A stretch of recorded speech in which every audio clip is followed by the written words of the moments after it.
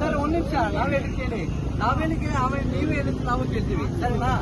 ಈಗ ನೋಡಿ ಆ ತರ ಒಂದು ಹುಡುಗಿ ಒಂದು ಇದಾಗಿದೆ, ಸಮಸ್ಯೆ ಆಗಿದೆ, ತಪ್ಪಾಗಿದೆ, ಅದಕ್ಕೆ ಏನ್ ಕಾನೂನಲ್ಲಿ ಕ್ರಮ ಆಗ್ಬೇಕು ಮಾಡ್ತೀವಿ. ದಯವಿಟ್ಟು ನಾನು ಹೇಳ್ತಾ ಇರೋದು ಸರಿ ಹೇಳಿ ನಮ್ಮ ಹೈಯರ್ ಆಫೀಸರ್ ಮಾತಾಡ್ತಾರೆ, ಯಾರು ನಾಯಕರಿದ್ರು ಅವ್ರು ಮಾತಾಡ್ತಾರೆ. ದಯವಿಟ್ಟು ರಸ್ತೆಯಿಂದ ಅದನ್ನ ನಿಂತ್ಕೊಳ್ಳಿ. ಏನ್ ಪೊಸಿಷನ್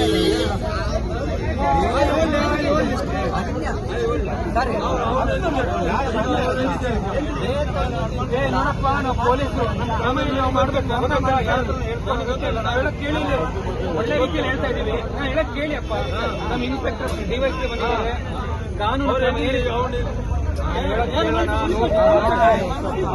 ಕ್ರಮ ಏನಿದೆ ಅದನ್ನ ನಾವು ಮಾಡ್ತೀವಿ.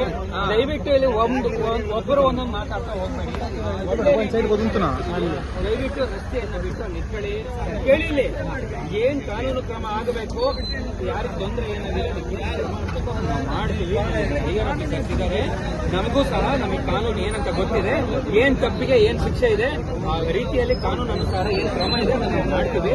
ನೀವು ಇಲ್ಲಿ ಕೇಳಿಲಿ, ಕೇಳಪ್ಪ. ಇಲ್ಲಿ ಪೊಲೀಸರು ನಮ್ಮ ಗಮನಕ್ಕೆ ಬಾರದೆ ತಪ್ಪಾಗಿರ್ತದೆ.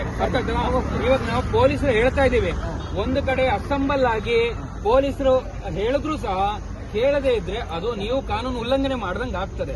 ಸೊ ನಾವು ಅದಕ್ಕೆ ಒಂದು ಒಳ್ಳೆ ರೀತಿಯಲ್ಲಿ ಹೇಳ್ತಾ ಇದ್ದೀವಿ. ನೀವು